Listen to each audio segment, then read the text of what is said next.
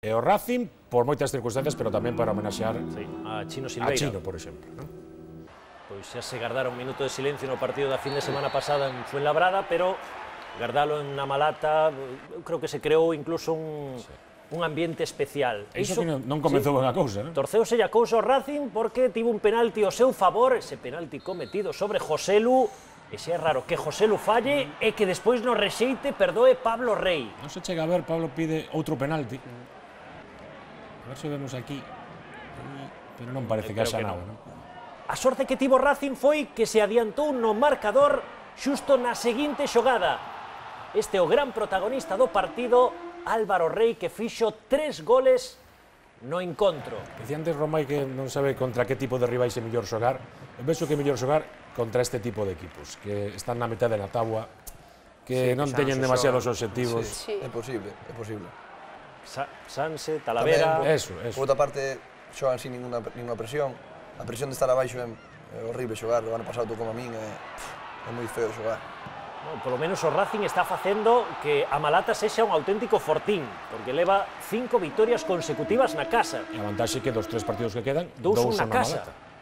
O vindeiro, que agora mesmo o Racing pasou a depender de sí mesmo para salvarse, que é algo que non ha...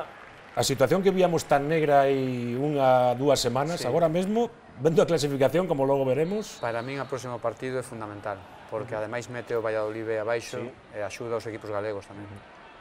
Aí temos segundo gol de Álvaro Rey, despois chegou ese penalti cometido por Man de Churre, transformado polo San Sebastián de los Reyes, o penalti transformado por Ramos, pero nese momento complicado o Racing non lle tremeu o pulso e aí está, o de sempre, Pablo Rey, cunha pequena axuda do porteiro, pero o que pasa é que cando Pablo Rey vai a tirar unha falta, isto é como cando as tira Cristiano, que os porteiros temblan.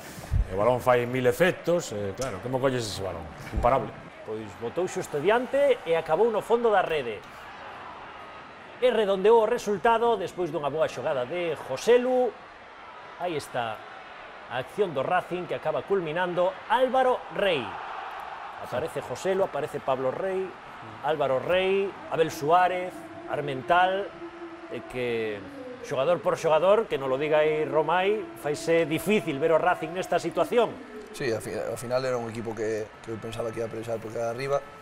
E bueno, a pena de todo isto é que ganan uns, ao final afecta outro galego, é unha pena, porque é verdad que a semana que ven, si gaña, pois é verdad que mete aí abaixo o Valladolid, que vai ser importante para os 3 que están aí.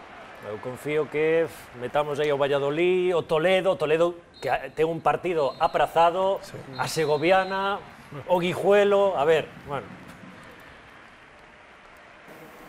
Nadie se podía imaginar, ¿no?, estos números y ellos lo estamos haciendo y estamos con muchísimas opciones, dependemos de nosotros y a por ello, ¿no?, a por ello.